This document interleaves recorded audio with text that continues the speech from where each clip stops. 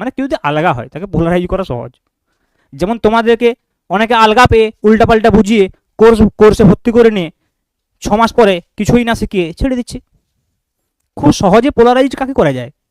এই যে ভোট আসছে, তো ভোটের সময় কি করা যাবে? খুব সহজে কাকে পোলারাইজ করা যাবে? যার ভেতরে ইনার্সিয়া খুব কম, যার বোঝার ক্ষমতা খুব কম, তাকে টাকা পয়সা দিলেই ভোট দেবে, যে কোনো একটা পার্টির দিকে পোলারাইজ হয়ে যাবে।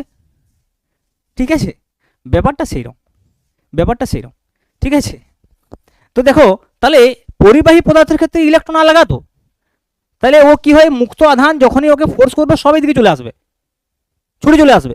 তাহলে কি হবে, এই পজিটিভ এই আধান এর সমপরিমাণ আধান পোলারাইজ করবে, মানে QP equal to Q zero.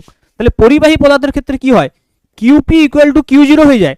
তাহলে QP equal to Q zero যদি হয়, তাহলে Q zero equal to Q zero into 1 minus 1 by K. তাহলে কি হবে, কিউ জিরো কেটে গেল, 1 minus 1 by K equal to 1। তাহলে 1 by K equal to 1 minus 1 মানে 0। তাহলে 1 বাই কে ইকুয়াল টু 0 হলে কি হবে, কে ইকুয়াল টু ইনফাইনাইট হবে। 1 বাই সামথিং 0 কখন হবে, 1 বাই সামথিং ইকুয়াল টু 0 মানে সামথিং ইকুয়াল টু ইনফিনিটি, বা 1 বাই 0 ইকুয়াল টু ইনফিনিটি। কে ইকুয়াল টু কত, 1 বাই 0, 1 বাই 0 মানে ইনফাইনাইট। ওকে, বুঝতে পারছো? তাহলে তাহলে এর পরাবৈদ্যুতিক ধ্রুবকের মান পরিবাহীর ক্ষেত্রে কে ইকুয়াল টু ইনফাইনাইট। পরিবাহী পদার্থের পরাবৈদ্যুতিক ধ্রুবকের মান কে ইকুয়াল টু ইনফাইনাইট।